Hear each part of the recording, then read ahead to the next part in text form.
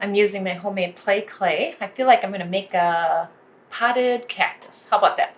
So I'm going to take my pink clay and I'll make the little pot. I kind of rolled it around to bring in all the rough edges. I'll go back and forth, and then to make sure that it's looking clean, I'll roll it across the counter. Now look at that.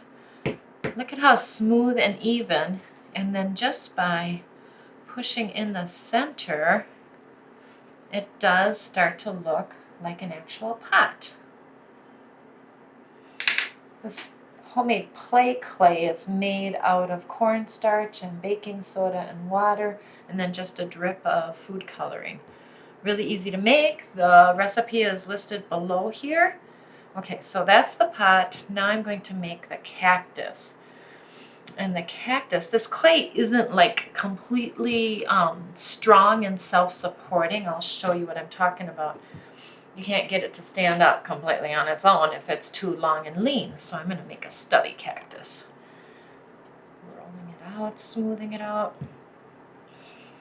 And the funny thing about cactus is that they always have the arms almost like they're being held up, like held up at gunpoint. But we're not violent here, so we won't elaborate on that. Anyway, so what I'm doing is I'm taking little bits of clay and making those little arms that stick up. I was told that that's about balance, that it keeps the cactus more balanced and not tipping to one side or another. But the arms grow depending upon what direction the cactus needs it to. I'm going to make it look all prickly with the point of my pencil.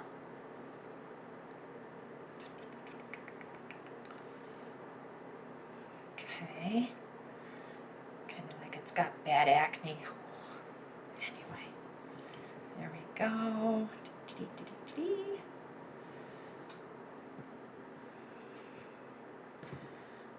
And some more. And the cool stuff about this clay is that you just push it together and it'll stick. So I'm going to push this one together down here. With earthenware clay, if you're going to use earthenware clay and have it fired in a kiln, if you want it to stay together, you have to score and slip. You have to use your wire brush or a sharp point anyway and rough up each surface with a little bit of water to make sure that it's going to stick. This, I'm just kind of pushing it together. The moisture inside the clay body holds it together. Okay, so then I'm going to make a cute little blossom. Just a sweet little simple. Oh, that's too big, isn't it? I'll do it differently. Because they have tiny blossoms, I think. Not that I get out west all that often, but I've seen pictures. And the cool thing is, if you're making it, you get to decide what you like. I'm looking at that. I don't like it. I'm going to do it again. Try another one. There. Yeah, that's what I'm going to do. Smaller, multi-petal blossom flower. Clay is so forgiving.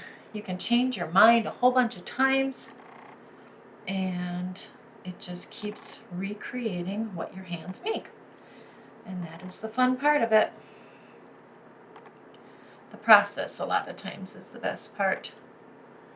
The end result sometimes isn't all that important. I'm going to steal a tiny bit for the center of my flower. Put that down in there. Stay there, yo. Poke it in. There. Okay. And now I'm going to plant my cactus. Get it to stay in there a little bit. All right. There it is. Hope you enjoyed this. Like, follow, and check out the recipe at the bottom. Thank you.